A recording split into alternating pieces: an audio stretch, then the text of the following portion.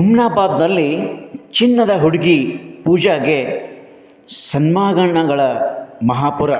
ಹುಮ್ನಾಬಾದ್ ನಗರದ ಸರ್ಕಾರಿ ಪದವಿ ಕಾಲೇಜಿನಲ್ಲಿ ಇರುವ ಸ್ನಾತಕೋತ್ತರ ಕನ್ನಡ ವಿಭಾಗದಲ್ಲಿ ವಿಶೇಷವಾಗಿ ವಚನ ಸಾಹಿತ್ಯ ಪತ್ರಿಕೆಯಲ್ಲಿ ಅತ್ಯಧಿಕ ಅಂಕಗಳನ್ನು ಪಡೆದು ಚಿನ್ನದ ಪದಕವನ್ನು ರಾಜ್ಯದ ಗೌರವಾನ್ವಿತ ರಾಜ್ಯಪಾಲರಾದ ಥಾವರ್ಚಂದ್ ಗೆಹ್ಲೋಟ್ ಅವರಿಂದ ಪಡೆದ ಹಿನ್ನೆಲೆಯಲ್ಲಿ ಚಿನ್ನದ ಹುಡುಗಿ ಪೂಜಾಗೆ ಇದೀಗ ಸನ್ಮಾನಗಳ ಮಹಾಪುರವೇ ಹರಿದು ಬರುತ್ತಿದೆ.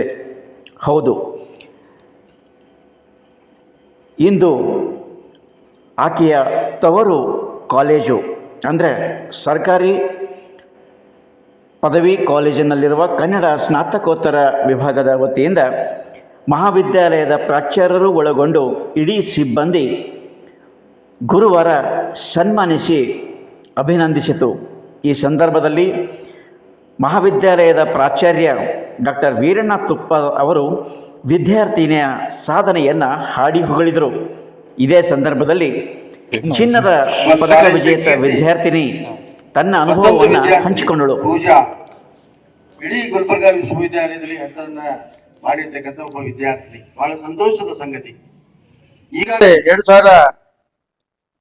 2023-24ನೇ ಸಾಲಿನಲ್ಲಿ ಇದೇ ವರ್ಷ ಮೊನ್ನೆ ನಡೆದ 24ನೇ ಘಟಿಕೋತ್ಸವದಲ್ಲಿ 43ನೇ ಘಟಿಕೋತ್ಸವದಲ್ಲಿ ಕಾಲೇಜಿನ BBA ವಿದ್ಯಾರ್ಥಿನಿಗಳಾಗಿರ್ತಕ್ಕಂಥ 3 ಮತ್ತು 4ನೇ ರ್ಯಾಂಕ್ಗಳನ್ನು ಗಿಟ್ಟಿಸಿಕೊಂಡು ಕಾಲೇಜಿನ ಕೀರ್ತಿಯನ್ನ ಇಡೀ ವಿಶ್ವವಿದ್ಯಾಲಯಕ್ಕೆ ಹೆಸರುವಾಸಿ ಮಾಡಿದ್ದಾರೆ.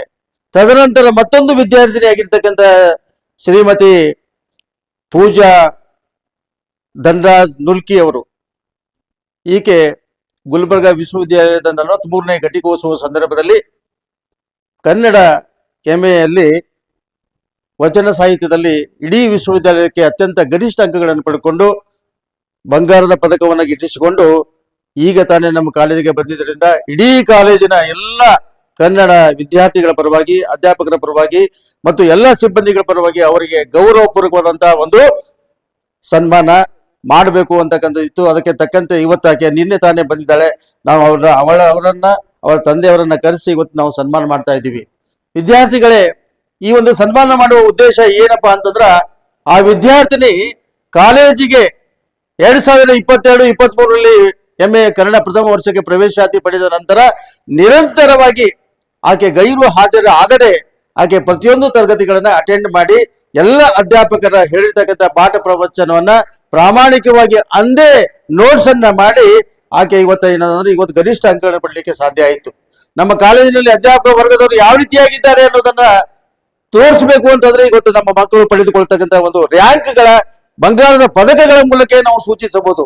ಇವತ್ತು ವಿದ್ಯಾರ್ಥಿನಿಯರ ಸಂಖ್ಯೆ ನಮ್ಮ ಮಹಾವಿದ್ಯಾಲಯದಲ್ಲಿ ದಿನದಿಂದ ದಿನಕ್ಕೆ ಹೆಚ್ಚಾಗ್ತಾ ಇದೆ ಅಂತಂದ್ರ ನಮ್ಮಲ್ಲಿ ಇರ್ತಕ್ಕಂಥ ಅತಿಥಿ ಉಪನ್ಯಾಸಕರಿರ್ಬೋದು, ಖಾಯಂ ಅಧ್ಯಾಪಕರಿರ್ಬೋದು, ಇತರ ಎಲ್ಲ ಉಪನ್ಯಾಸಕ ವರ್ಗದವರು ಇವತ್ತು ನಮ್ಮ ಮಕ್ಕಳಿಗೆ ಗುಣಮಟ್ಟದ ಮತ್ತು ಪಠ್ಯಕ್ರಮಕ್ಕೆ ಅನುಗುಣವಾಗಿ ನಿಗದಿತ ಅವಧಿಯಲ್ಲಿ ಮುಗಿಸಿ ಇವತ್ತು ಮಕ್ಕಳ ಒಂದು ಜ್ಞಾನ ಭಂಡಾರವನ್ನು ಹೆಚ್ಚಿಸ್ತಾ ಇದ್ದಾರೆ.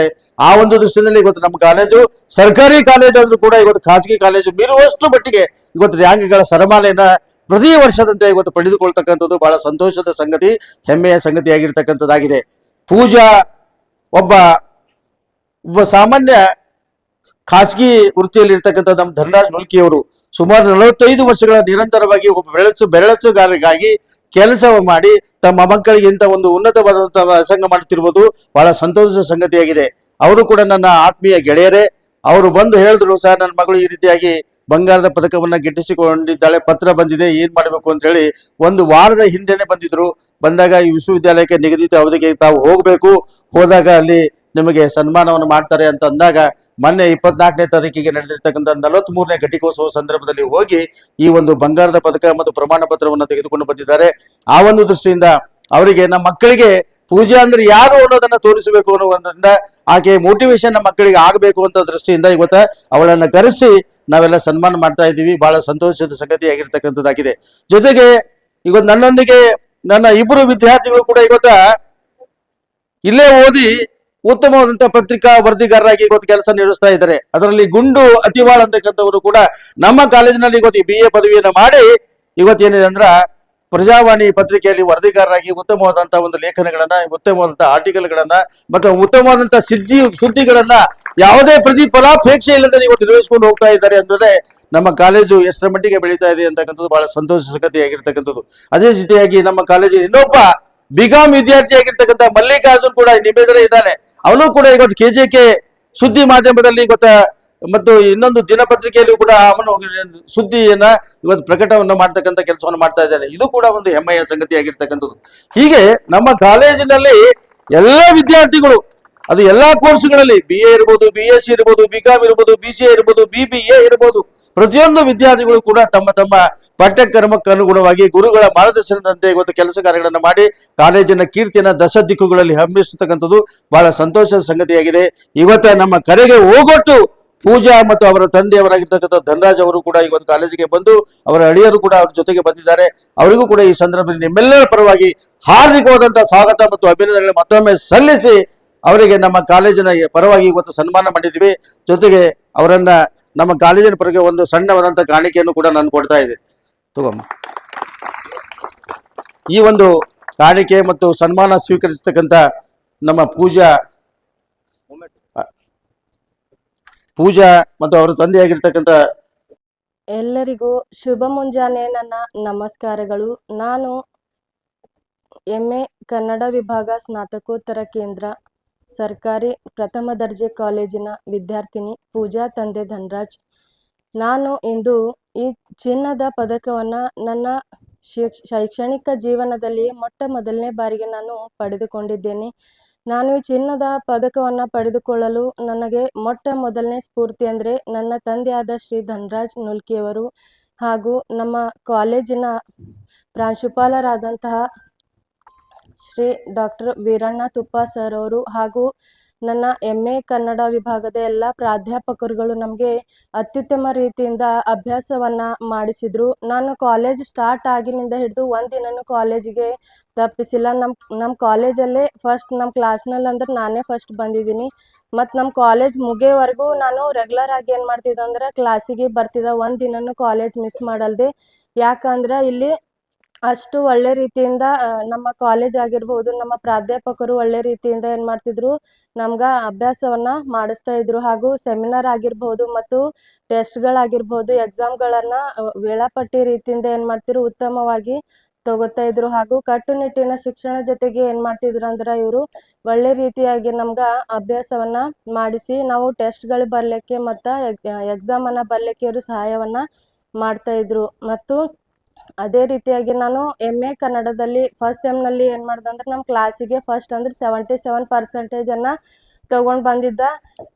ಅವತ್ತು ಎಷ್ಟು ಖುಷಿ ಇದ್ದ ಅಂದ್ರೆ ನಾ ಫಸ್ಟ್ ಟೈಮ್ ಹಿಂಗೆ ಕ್ಲಾಸ್ದಾಗೆ ಫಸ್ಟ್ ಬಂದಲ್ಲ ಅಂತ ನನಗೆ ಭಾಳ ಖುಷಿ ಆಗಿತ್ತು. ಇಷ್ಟಕ್ಕೆ ನನ್ನ ಸಾಧನೆ ಏನಾಯಿತು ನಿಂದಿರಲಿಲ್ಲ.